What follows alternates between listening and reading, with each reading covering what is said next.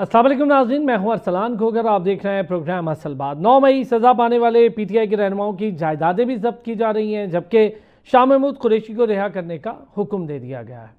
Gallup सर्वे हुआ जिसके अंदर ताजरों ने अपनी राय दी और उस राय की बुनियाद पर 46% ताजर बिरादरी का ये मानना है कि ये हुकूमत पिछली यानी पीटीआई की हुकूमत से बेहतर कारकर्दगी कर रही है। दूसरी तरफ सिफारती महाज पर पाकिस्तान मुसलसल कामयाबियां समेट रहा है अल्हम्दुलिल्लाह, और इन कामयाबियों के पीछे यकीनी तौर पर बनियानुल मरसूस और मार्का हक है और उसकी शानदार कामयाबी है। दुनिया उसी के साथ खड़ी है जिसकी फ़ौज ताकतवर है, दुनिया उसी के साथ खड़ी है जो ताकतवर को जवाब देने की भी ताकत रखता है, और दुनिया उसी के साथ खड़ी है जो कौम पायदार तरीके से पुरअमन तरीके से आगे बढ़ रही हो। हमने हर पुरअमन कोशिश की पूरी दुनिया में। अगर हम बार बार इसका जिक्र भी कर रहे हैं कि न्यूक्लियर प्रोग्राम भी हमारा सबसे पुराना न्यूक्लियर प्रोग्राम है, जबकि आप भारत को देख लें तो दुनिया का सबसे अनसेफ न्यूक्लियर प्रोग्राम है। आवाज़ें उठ रही हैं। फिर भारत नवाज दहशतगर्द जो तंजीमें हैं, भारत जिन्हें फंड करता है, यानी भारतीय फंडेड की दहशतगर्द तंजीमों को आलमी सतह पर अमरीका समेत तमाम ममालिक अब पाकिस्तान की नहीं बल्कि आलमी दहशतगर्द तंजीमें, गैर मुल्की दहशतगर्द तंजीमें और भारत की फंडेड दहशतगर्द तंजीमों के तौर पर तस्लीम कर रही है आलमी बिरादरी। ये बहुत बड़ी बात है। और इसी 2 माह के दौरान दूसरा दौरा फील्ड मार्शल का बड़ी अहमियत का हामिल है, पाकिस्तान के लिए पायदार तरक्की की ज़मानत भी है और बड़े अहम मौक़ों पर है। ये कोई इत्तफाक नहीं है कि ईरान इसराइल जंग का ख़ात्मा भी होता है, ये कोई इत्तफाक नहीं है कि पुतिन और डोनाल्ड ट्रंप की मुलाकात का ऐलान होता है। पाकिस्तान बहुत बेहतर तरीके से बैनुल अक़वामी अमन के लिए अपनी काविशों को आगे बढ़ा रहा है। फिर ज़रा 14 अगस्त की भी बात करेंगे। 78 साल भी मुकम्मल हो रहे हैं। सियासी तौर पर बलूगत क्या है हमारी, हम कहाँ पहुँचे हैं, को मैच्योर हुए हैं नहीं हुए हैं, कि अभी तक हम उसी दौर से गुज़र रहे हैं जिस दौर में आज से कोई 30 साल पहले या 40 साल पहले थे। मुख्तलिफ अदवार की बात करेंगे। फिर पीटीआई ने भी अपना एहतजाज मौखर किया है, स्पीकर अपनी कोशिशें कर रहे हैं मुज़ाकरात के हवाले से। क्या किसको ज़्यादा ज़रूरत है मुज़ाकरात की? क्या गवर्नमेंट को ज़रूरत है या इस टाइम अपोजिशन को ज़रूरत है? और अगर अपोजिशन को ज़रूरत है तो मुज़ाकरात किन बुनियादों पर होंगे? पाकिस्तान को पॉलिटिकली अब स्टेबल होना होगा ताकि बैनुल अक़वामी महाज पर बेहतर तरीके से सिफारती जंग लड़ी जा सके। हमारे साथ नौशाद अली साहब मौजूद हैं, सीनियर तज्ज़ियाकार हैं, सहाफ़ी हैं। बहुत शुक्रिया उनका, उन्होंने हमें ज्वाइन किया। डॉक्टर फ़ारूक आदिल साहब का बहुत शुक्रिया, ऑथर हैं, सीनियर तज्ज़ियाकार हैं, उन्होंने हमें ज्वाइन किया। नौशाद साहब, बड़े बेहतर तरीके से पाकिस्तान सिफारती महाज पर कामयाबियां समेट रहा। बड़ी कामयाबी मेरा ख्याल है BLA और ये दहशतगर्द तंजीमों और भारतीय फंडेड के हवाले से हम दुनिया को बता रहे थे। अब खुद अमेरिका भी इस बात के हवाले से आगे भी बढ़ रहा है और शायद हमारी बात को माना भी जा रहा है। जी देखिए, बिस्मिल्लाहिर्रहमानिर्रहीम। मामला ये है कि पाकिस्तान बहुत अरसे से दुनिया को ये बात बता रहा था कि जो भारत है वो खित्ते में दहशतगर्दी का मुर्तकिब हो रहा है, वो पाकिस्तान के अंदर जो है वो जारहियत कर रहा है, वो यहाँ दहशतगर्दी के पीछे है। और BLA तो बड़ी ओपन, ये तो उनकी आप मीडिया में देख लीजिए, आपको ये जंग के दिनों में भी नजर आया होगा कि वो बलूचिस्तान के बारे में जो गुफ्तगू या BLA के बारे में जो गुफ्तगू है उनका ये ख्याल है कि उन्होंने यहाँ एक अस्करी विंग बनाया हुआ है और उसके जरिए वो पाकिस्तान को डिस्टेबलाइज कर रहा है। कलभूषण से लेकर आज तक की जो दहशतगर्दी है, ये उसी दिन जिस दिन हम जंग में थे तो एक तश्कील जो है वो भी पाकिस्तान पर हमलावर हुई थी, शायद 71 के करीब दहशतगर्द मारे थे। तो ये फर्क ये हुआ कि देखिए, मैं आपको इसका थोड़ा बैकग्राउंड बता दूं। बैकग्राउंड ये है कि पाकिस्तान ये सारे डोजियर्स और ये सारी इंफॉर्मेशन दे रहा था, लेकिन इससे कबल जो है ना, भारत ने एक ऐनक चढ़ा रखी थी दुनिया की आंखों के ऊपर, और वो अपने सेकुलर होने का जो फायदा उसने दुनिया के सामने रखा हुआ था। लेकिन कनाडा के वजीर आजम ने जब से जो है ना वो उसकी जो जो जो जो कुछ वो कर रहा है उसको सामने लाए, तो उसके बाद जो 5 आइस ममालिक हैं उनकी जो इंटेलिजेंस शेयरिंग है, जो उनका वो है एक्लोन जो सिस्टम है, उसके अंदर ये यूजुअली कहा जाता है कि 5 आइज के अलावा फ्रांस, जर्मनी, जापान, जनूबी कोरिया और भारत भी उससे फायदा उठाता था। तो कहीं ना कहीं भारत उसका नाजायज फायदा शायद उठा रहा था। ये बातें कुछ इंटेलिजेंस जर्नल्स जो होते हैं उनके अंदर भी कोई इस तरह की इंडिकेशंस आई कि जो है इंडिया जो है वो जब से खास तौर पर 2016 के बाद अमेरिका का डिफेंस पार्टनर बना था, उसके बाद से वो जो है ना वो खित्ते में अपने आप को चौधरी कंसिडर करने लग पड़ा था, और उसके लिए फिर वो जो है ना उसने अपने हाथ पांव खोलना शुरू कर दिए थे। और वो चाहे कतर हो, मिडल ईस्ट हो, इवन बरतानिया हो, अमेरिका हो, इवन अमेरिका के अंदर उसने वहां कोशिश की, अटेम्प्ट की टारगेट किलिंग करने की। तो ये जो इमेज था, जो एनक चढ़ाई हुई थी भारत ने, वो ब्रेक करने में पाकिस्तान कामयाब हो गया है। और अब हम्म। दुनिया जो है वो इस सारे मामले को ओपन आइज के साथ देख रही है। पाकिस्तान ने सबूत भी सामने रख दिए हैं। अब ये जो बीएलए के ऊपर जो पाबंदी लगी है, ये जो मजीद ब्रिगेड के ऊपर, ये बड़ा इंपॉर्टेंट पहलू है। देखिए, मजीद ब्रिगेड और बीएलए वो रास्ता या वो दरवाजा था जिसके जरिए भारत जो है वो पाकिस्तान के अंदर दहशतगर्दी करवाता था। वो अफगानिस्तान के जरिए उनको ट्रेनिंग भी देता था, उनकी फाइनेंशियल जैसे फंडिंग कहते हैं वो भी करता था, और जो असलहा फराहम करता था। ये सारे नेक्सस के अंदर जो रूट था वो बेसिकली बीएलए था। क्योंकि अक़वाम मुत्तहिदा की एक रिपोर्ट पिछले साल आई थी जिसमें यह कहा गया था कि पाकिस्तान के अंदर जो ये अलैदगी पसंद तंजीमें और दहशतगर्द जो कलदम तंजीमें हैं, इन्होंने एक पूरा एक नेक्सस डेवलप कर लिया। ये एक दूसरे को फैसिलिटेट करते हैं, एक नेटवर्क बना लिया हुआ है। वो बेसिकली नेटवर्क इंडिया ने बनाया हुआ था, भारत ने बनाया हुआ था, जिसको पाकिस्तान अब आहिस्ता आहिस्ता तोड़ रहा है। ये जो अमेरिका के मामलात हैं, और जो हमारे यहाँ ये बात कही जाती है कि जी ये जो इंडिया के साथ उसके इश्यूज हैं, उसके अंदर भी बहुत सारी ऐसी चीजें हैं जो इंडिया ने वहां पर भी बहुत अमेरिका के ट्रस्ट को भी शैटर किया है। उसके पीछे बहुत सारी चीजें हैं, क्योंकि उसके ठीक। अंदर यहाँ तक कहा गया है कि वो उस तरह की एक्सेस अमेरिका को देने को तैयार नहीं था जिस तरह की उसे एक्सेस दी गई थी अमेरिका के साथ डिफेंस पार्टनर बनने की वजह से। बड़े उसने एग्रीमेंट किए हुए हैं, तजारती भी, हम्म। माशी भी और डिफेंस के भी। लेकिन अब उन सब के ऊपर क्वेश्चन मार्क लग गया, क्योंकि भारत ने असल में इस्तेमाल करने की कोशिश की है उन ताकतों को। क्यों? कि वो ये कहता रहा है कि मैं चीन के खिलाफ यहां खित्ते में तवाज़ुन कायम कर रहा हूं, और अमेरिका इस मजबूरी के तहत उसको करीब ठीक है। लाया। लेकिन जब वो चारों शाने चित हो गया, मुंह के बल गिर गया, तो वो क्या, उसको क्या किसी ने स्ट्रेटेजिक पार्टनर बनाना है जो अपना डिफेंस खुद करने की पोजीशन सबसे में नहीं बड़ी है। बात यह है तो सर, सबसे बड़ी बात यह है कि जो इतना बड़ा मुल्क अपना डिफेंस करने की सलाहियत नहीं रखता और चौधराहट के चक्कर में पूरे खित्ते को दहशतगर्दी की आग में झोंक रहा है।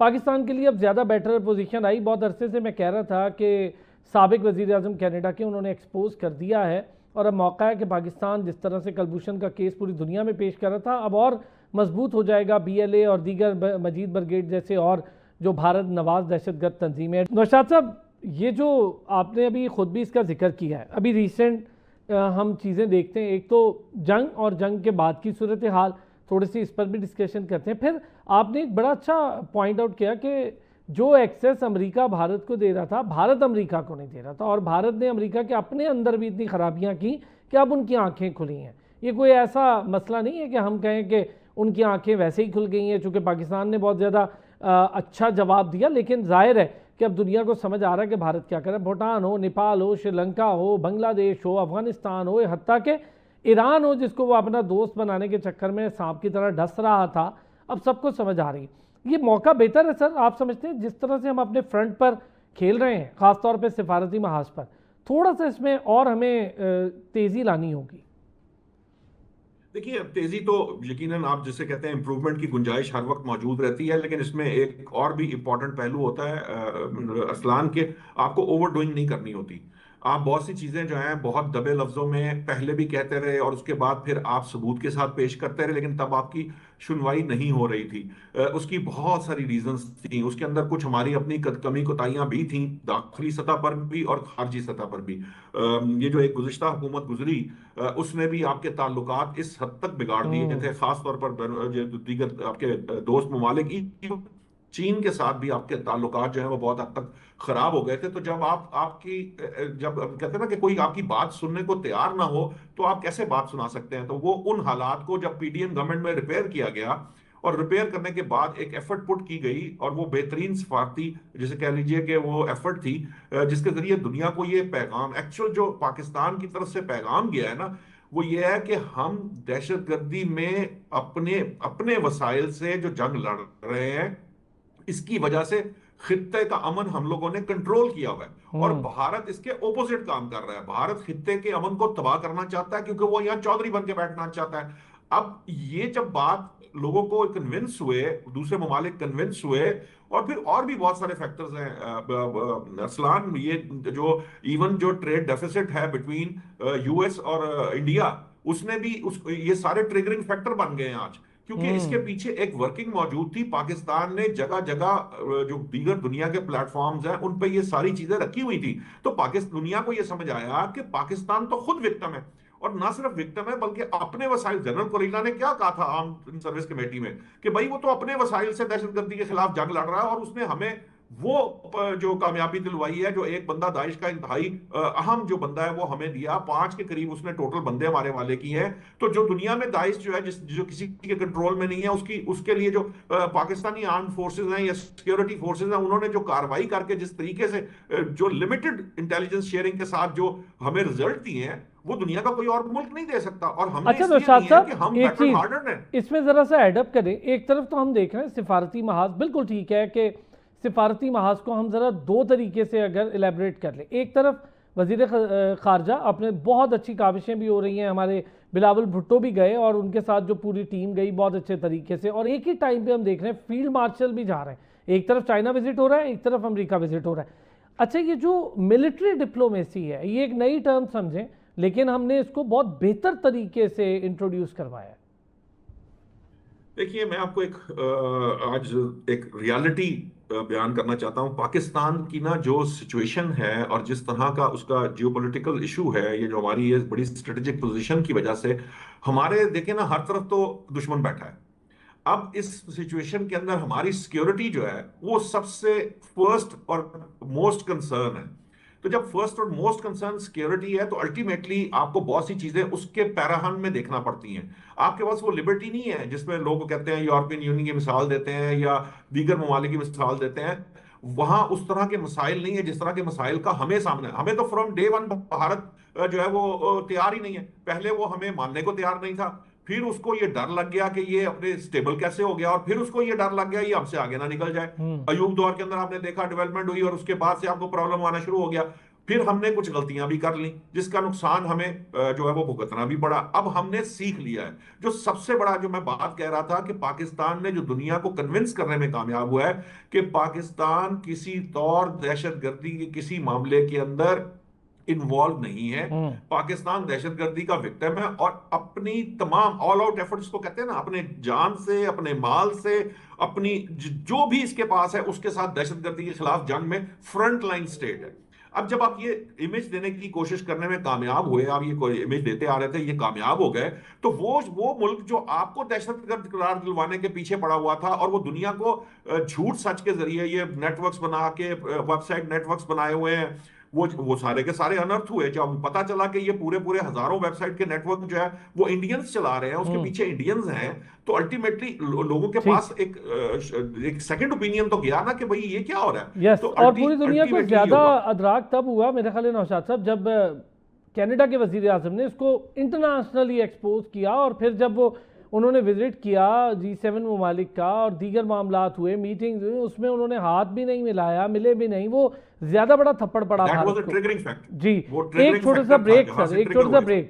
ब्रेक की तरफ जाएंगे, वापस आएंगे। अब जरा अपने भी पॉलिटिकल हालात पे नजर डालेंगे, इंटरनल पॉलिटिक्स कैसे बेटर हो सकती है, गवर्नमेंट अपोजिशन एक वर्किंग रिलेशनशिप में कैसे काम कर सकते हैं, क्या करना चाहिए जहां पर सिफारती महाज पर इतनी कामयाबियां। दूसरा, गैलप सर्वे 46% ताजिर कहते हैं जी बेहतर है ये हुकूमत, इस पर भी जरा बात करते हैं एक ब्रेक के बाद। एक बार फिर खुशामदीद कहेंगे, जहां पर बात कर रहे थे हम सिफारती महाज पर कामयाबियों के लिए, वहीं पर अब जरा बात करेंगे पाकिस्तान की इंटरनल पॉलिटिक्स को लेकर, गवर्नमेंट को लेकर, अपोजिशन को लेकर, और फिर इस वक्त की प्रेजेंट सिचुएशन को लेकर।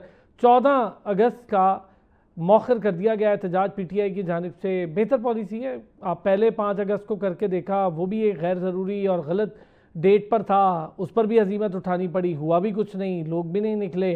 14 अगस्त तो बिल्कुल ही एक अजीबो गरीब सिचुएशन नज़र आ रही थी कि इस तरह तो पाकिस्तान दुश्मनी दिखाई देती है अगर आप इस तरह का काम करें, चूँकि हम अपने मार्का हक के लिए ज़्यादा इस टाइम पुरजोश हैं। मैं देख रहा हूँ कि बाज़ारों में, सड़कों पर लोग बिल्कुल इस तरह से इकट्ठे हैं जैसे ईद का समय है, और यही हाल बांग्लादेश का भी बड़े लंबे अरसे बाद हम देख रहे हैं एक अच्छी चीज़ और अच्छी खबरें दिखाई दे रही हैं।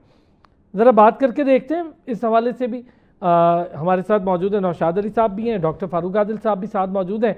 डॉक्टर साहब, नौशाद साहब से बड़ी डिटेल डिस्कशन हुई हमारी ज़रा इंटरनेशनल पॉलिटिक्स को लेकर, सिफारती सतह पर कामयाबियों को लेकर, बहुत सारे मामलात और ख़ास तौर पे मजीद ब्रिगेड और इनको दहशतगर्द तंजीमें और बैनुल-अक़वामी दहशतगर्द तंजीमें करार देकर इंडियन फंडेड जो थी, हमारा कहना वो अब माना जा रहा है। सर, इस वक्त पाकिस्तान की जो पॉलिटिकल इंटरनल पॉलिटिकल सिचुएशन है, स्पीकर फिर मुज़ाकरात की बात कर रहे हैं, फिर मामलात उस तरफ जा रहे हैं। क्या मुज़ाकरात होंगे, किस तरह बैठेंगे ये, और क्या इस वक्त ज़रूरत है बहुत ज़्यादा कि गवर्नमेंट और अपोजिशन एक साथ बैठ जाएं? अपोजिशन अपना रोल ज़रूर प्ले करे, लेकिन अपोजिशन वाला रोल प्ले करे। शुक्रिया अरसलान। ये जो अपोजिशन और गवर्नमेंट की लड़ाई है, इस पर तो हम लोग बार बार बात कर चुके हैं। अभी जितनी गुफ्तगू मैं नौशाद साहब की सुन चुका हूँ, बड़ी रेलेवेंट है। और जो सवाल अभी आपने मुझसे पूछा है, उसका बराह रास्त उससे ताल्लुक है। कैसे? वो इस तरह से कि जब शाम में दमिश्क में तब्दीली आई थी, तो उसके साथ जो कुर्द बागी थे तुर्की के, उनका बीज खत्म हो गया था, उनके दाने मुक गए थे। ये इशारा था इस बात का कि अब मुल्कों के अंदर इस तरह का फसाद बर्पा करने का जमाना खत्म हो गया। एक न्यू वर्ल्ड ऑर्डर शुरू हुआ है जिसमें टेररिज्म की कोई गुंजाइश नहीं।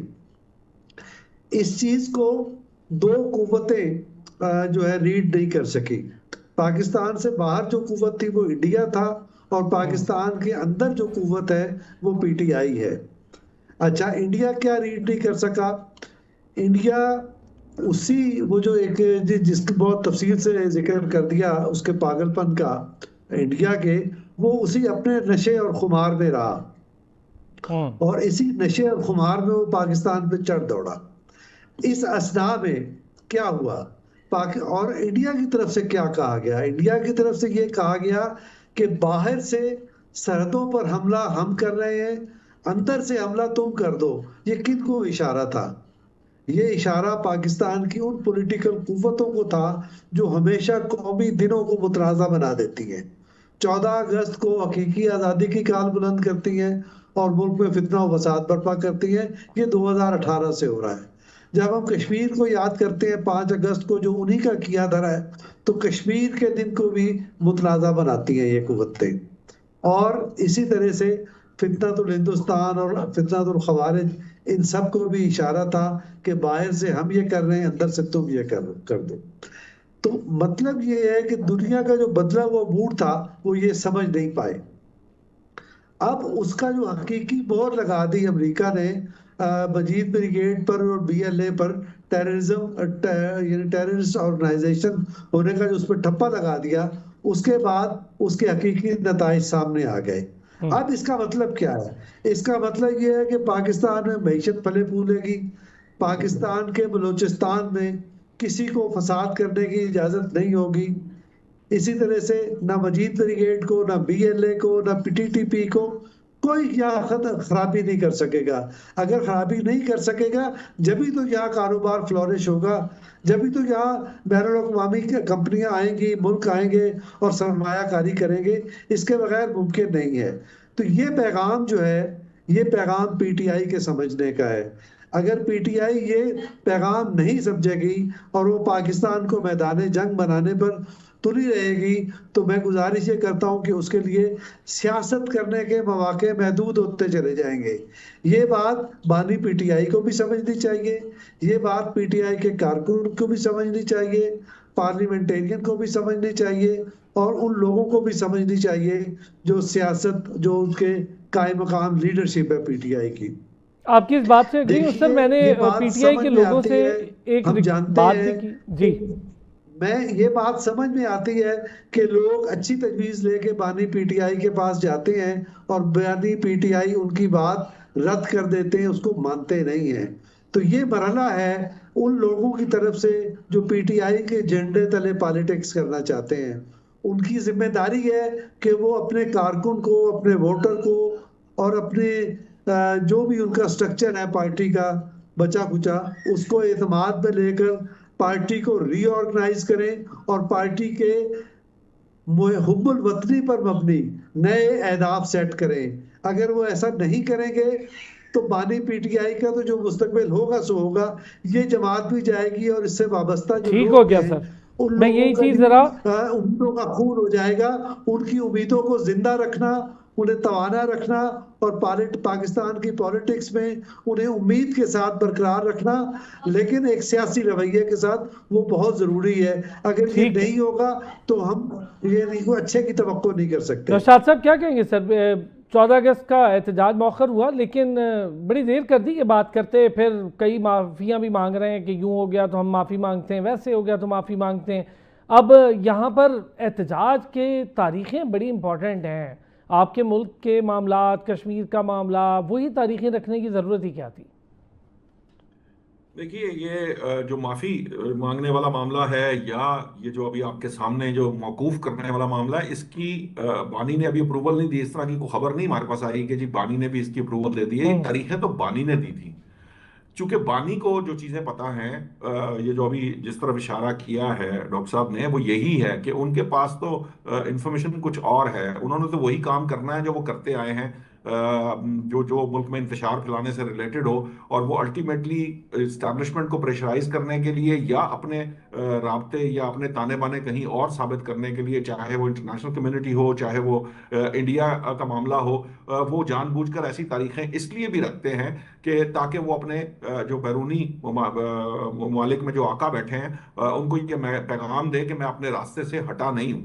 लेकिन जो उनकी जमात है, जो उसकी लीडरशिप बाहर है, वो बहुत चीजों को सेंस कर रही है। उनको नजर आ रहा है कि सजाएं कैसे हो रही हैं और कुछ लोग बरी कैसे हो रहे हैं। और जो एक आम तासुर यहाँ उभरा है कल के बाद से, वो ये है कि अब पार्टी की कमान जो है, वो अली अमीन गंडापुर या बैरिस्टर गौहर के पास नहीं, बल्कि शायद जो शाह महमूद कुरैशी अगर रिहा हो जाते हैं, तो उनके उनके उसमें आ जाएगी। और शाह महमूद कुरैशी जो है वो इस तरह के मिजाज के साथ चलने के मूड में नहीं नजर आएंगे, क्योंकि उनको मालूम है वो अभी पाबंदे सलासल रहे हैं। और आपको याद होगा उन्होंने खत भी लिखा था, वो खत जिसके अंदर उन्होंने एक सेन वॉइस के तौर पे सामने आया था, लेकिन उसको भी जो बानी तहरीक इंसाफ है उन्होंने रिजेक्ट कर दिया था। उन्होंने हम्म। उसको रद्दी की टोकरी में फेंक दिया था। सो असल मसला जो है ना, वो सिर्फ और सिर्फ पाकिस्तान तहरीक इंसाफ के बानी का है। क्योंकि जब तक वो अपने उनकी जो सोच और अप्रोच है, वो जो है वो पाकिस्तान तहरीक इंसाफ को एक प्रॉपर सियासी जमात के तौर पर या मेच्योर पॉलिटिकल पार्टी के तौर पर सामने आने नहीं देगी, क्योंकि वो कन्फ्रंट्रेशन का मिजाज रखते हैं। उन्होंने अपनी पार्टी की बुनियाद लोगों की नजर में जो आए थे, उसके दो ही जो चीजें नजर आई थी। एक धरने, पाकिस्तान तहरीक इंसाफ जो है वो धरना देने और एहतजाज करने के लिए मशहूर है, या दूसरे वो फिर आपको पता है कि वो कॉन्सर्ट वाला हाँ मामला जी, जो वो जब जुल्फों की शक्ल में और वो नौशाद साहब हुकूमत तो में थे ना, बात तब भी ऐसा लगता था कि अपोजिशन में, आपने हमने सबने देखा, कवर भी किया, असेंबलियां भी गए, देखा, ऐसे लगता था लैंग्वेज वही थी कि जैसे वो कोई अपोजिशन का हिस्सा है। एक ब्रेक से जब मैं वापस आऊँगा ज़रा इस बात को भी मज़ीद डिस्कस करेंगे। दूसरा जो गैलप सर्वे है, 46% मौजूदा हुकूमत पर एतमाद कर रहे हैं, और ये सारी ताजर बरदरी भी है। फिर कई उसके और पॉइंटर्स हैं, वज़ीर आज़म उनकी कारकर्दगी से लोग कुछ मुतमईन हैं, कहीं पर कुछ शिकायत भी हैं, लेकिन 46% अगर कारोबारी तबका एतमाद कर रहा है तो इसकी क्या वजह हो सकती है? वापस आते हैं ब्रेक से, इस पर भी बात करते हैं। एक बार फिर खुश आमदीद कहेंगे। जिस गैलप सर्वे का हम जिक्र कर रहे थे, अब उस पर करेंगे ज़रा सी बात। डॉक्टर फारूक साहब, गैलप सर्वे के मुताबिक 46% लोग ये मानते हैं कि गवर्नमेंट पर एतमाद बढ़ा है, बेहतर फैसले किए हैं, मौशी पॉलिसीज़ बेहतर हो रही हैं, और उसके साथ साथ कारोबारी जो तबका है उसमें उन्होंने कहा कि 61% के करीब कारोबारी तबका ये मानता है कि सूरत हाल में बेहतरी आई है, और 49% के करीब ओवरऑल लोग जो हैं उनकी राय ये है कि मुल्क सही समत में गामजन है। तो गैलप सर्वे बड़ी मुश्किल से ही ऐसा अच्छा गैलप सर्वे दिखाई देता है वैसे। अच्छा, तो मुश्किल इस पे क्या है? वो तो जो पब्लिक सेंटीमेंट होगा गैलप सर्वे वो पेश कर देगा, उसमें कोई वो थी उनका कोई अपना तो तासुबात उसमें नहीं है। देखिए, ये हो क्या रहा है, ये तो अब दुनिया जानती है, अहले पाकिस्तान भी जानते हैं कि ये मामलात इस वक्त उन लोगों के हाथ में हैं जो तजर्बाकार हैं, जो काम कर सकते हैं, नंबर एक। नंबर दो ये कि इस पाकिस्तान में जो उठा पटक होती थी, इदारे आपस में लड़ रहे होते थे, अदलिया का एक तरफ चेहरा होता था, एस्टेब्लिशमेंट एक तरफ होती थी, हुकूमत किसी तीसरी तरफ होती थी, और अपने दरमियान स्कोर सेटल नहीं हो पाता था। लिहाजा कारकर्दगी का कोई नामो निशान नहीं था। फिर उस पर तुर्रा ये कि 2018 आ गया, और 2018 में जो लूट मची, और लूट से मुराद में माली तो अपनी जगह पर, यानी बद इंतजामी जो पैदा हुई उसने तो तबाह बर्बाद कर दिया, खारजा ताल्लुकात तबाह कर दिए, मईशत को तबाह कर दिया, दहशतगर्द मुल्क के अंदर ला के बिठा दिए। तो उससे जब निजात हासिल की गई तो पहली बार पाकिस्तान के अंदर ये नौशाद साहब गवाह हैं, मैं एक अरसे से कह रहा हूँ कि एक मुआहदा हुआ हमारे दरमियान, इसको मुआहदा इमरानी कह लें, पार्लियामेंट में होना चाहिए था, वहां नहीं हुआ, लेकिन हुआ। वो ये कि चीजों को दुरुस्त करना है, आपस में लड़ लड़ के मुल्क को डबोना नहीं है। लिहाजा फील्ड मार्शल की क़यादत में इस्टेब्लिशमेंट हो, वजीर आजम शहबाज शरीफ की क़यादत में हुकूमत हो, आसिफ अली जरदारी साहब और उनके साहबजादे बिलावल की क़यादत में पाकिस्तान पीपल्स पार्टी हो, और बाज़ मुल्क की दीगर कुव्वतें, ये सारी उनका फोकस है कि मुल्क को डूबने से बचाना है। तो ये जो सर्वे आया है, ये सर्वे इस एफर्ट के रिजल्ट को रिफ्लेक्ट करता है। अगर मुल्क इसी जानिब बढ़ता रहा तो इंशाल्लाह हमारे दुख दर्द दूर होंगे। ये जो मईशत में बेहतरी आई है, ये जो स्टॉक एक्सचेंज में बेहतरी हमें दिखाई देती है, ये हमारे जाती जो दुख हैं, पब्लिक के जो जिंदगी में दुश्वारियां हैं इक्तिसादी, वो भी इंशाल्लाह दूर होगी। लेकिन समझने की बात यह है कि बानी पीटीआई इमरान खान की समझ में आए कि मुल्क का मफाद एक तरफ है और आपका मफाद दूसरी तरफ है। बेहतर यह है कि मुल्क के मफाद की तरफ आ जाए, इसी में सबका भला है। नौशाद साहब, सर गैलप सर्वे जाहिर है ये अक्कासी होती है, जो लोग जिस तरह रह रहे होते हैं मुल्क के वो अपना इजहार कर देते हैं, उसी के मुताबिक कुछ चीज़ें अभी भी बेहतरी की जानिब जानी चाहिए, ख़ासतौर पे बिजली, उसके मामलात को आम आदमी के लिए बेहतर करना चाहिए, सोलर पॉलिसी को बेहतर करना चाहिए, मईशत बेहतर हो रही है तो एम्प्लॉयमेंट भी जनरेट होनी चाहिए, स्किल्ड यूथ हमारी होनी चाहिए जिसको हम बाहर भेजें, और जो सही कहा फील्ड मार्शल ने कि ब्रेन गेन है, ब्रेन ड्रेन नहीं है। ये एक अच्छी, वाकई अच्छी टर्म है, इसको ब्रेन गेन कहें। दुनिया भर ऐसे ही कर रही है, भारत ने ऐसे ही किया, अपने लोगों को बाहर भेजा, वहाँ से ज़रिए मुबादला मुल्क में आया। सर गैलप सर्वे 46% के लोग एतमाद कर रहे हैं और ताजर बिरादरी में भी 61% है।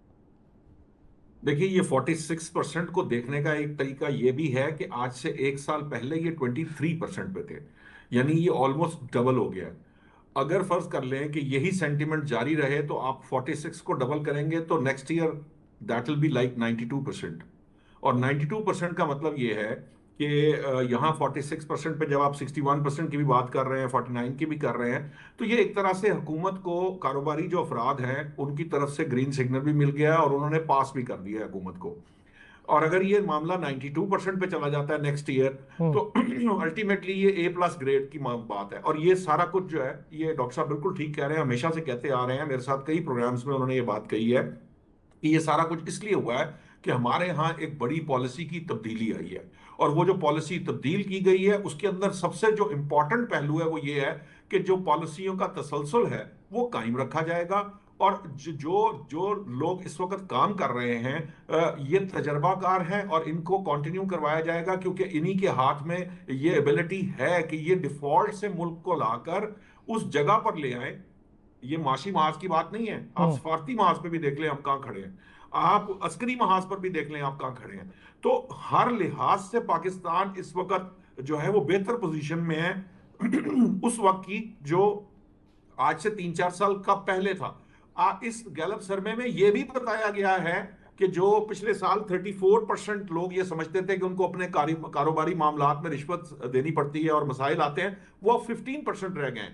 तो ये कोई एक साइड नहीं है, हर साइड के ऊपर जो रिक्वायरमेंट है उसको पूरा किया जा रहा है, उसके ऊपर तेजी से काम किया जा रहा है। तो इंशाल्लाह ये जो तवानाई की आप बात कर रहे हैं या यूथ को बाहर भेजने वाली बात कर रहे हैं, मैं आपको यूथ का भी एक बताऊं, अभी पंजाब गवर्नमेंट ने एक तकरीबन पता नहीं कितने हजारों जो कोर्सेज हैं वो फ्री ऑनलाइन अवेलेबल कर दिए हैं पाकिस्तानी यूथ के लिए कि आप वो कोर्स करें और आप बाहर जाएं। फिर अभी इन्होंने एमबीबीएस के अगेंस्ट ये कोशिश कर रहे हैं कि बजाय इसके कि डॉक्टरी या एमबीबीएस या इंजीनियरिंग करके आप जो है वो बेरोजगार रहे, उससे कहीं बेहतर है कि आप जो है वो नर्सिंग का कोर्स करें। उसकी दुनिया भर में बहुत डिमांड है। इसी तरह से ये जो आपकी टेक्निकल साइड है, टेक्निकल स्किल साइड है, ये जो स्किल की साइड है, अगर ये आपको मिल जाए, आप स्किल्ड वर्कर एक्सपोर्ट करें, तो इससे ज्यादा पाकिस्तान के लिए कोई फायदेमंद चीज अच्छा, नहीं है। वैसे नौशाद तीसरा साहब, मामला आईटी का बतौर है। सहाफ़ी एक चीज़ हम लोग बड़ा कम करते हैं तारीफ, लेकिन जो पंजाब के वज़ीर तालीम हैं उनकी मैं ज़रूर तारीफ़ करना चाहूँगा। बहुत बेहतरीन काम कर रहे हैं। मैं चाहूँगा कि अल्लाह ताला करे कि पूरे पाकिस्तान में ऐसे तालीम के वज़ीर आएँ।